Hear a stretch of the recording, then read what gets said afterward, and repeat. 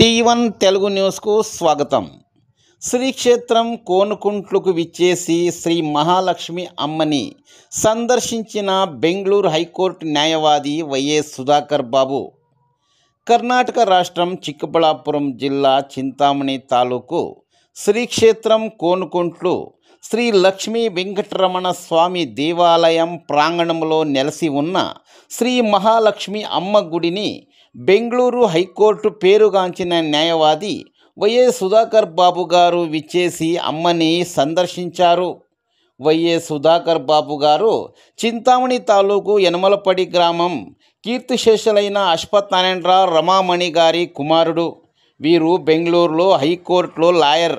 తన తల్లి తండ్రి పేరు మీద కోనుకుంట్లు శ్రీ మహాలక్ష్మి అమ్మవారి గుడిని గత 25 ఏళ్ల కిందటే పునర్నిర్మాణం చేసి గుడికి కొత్త రూపం ఇచ్చారు.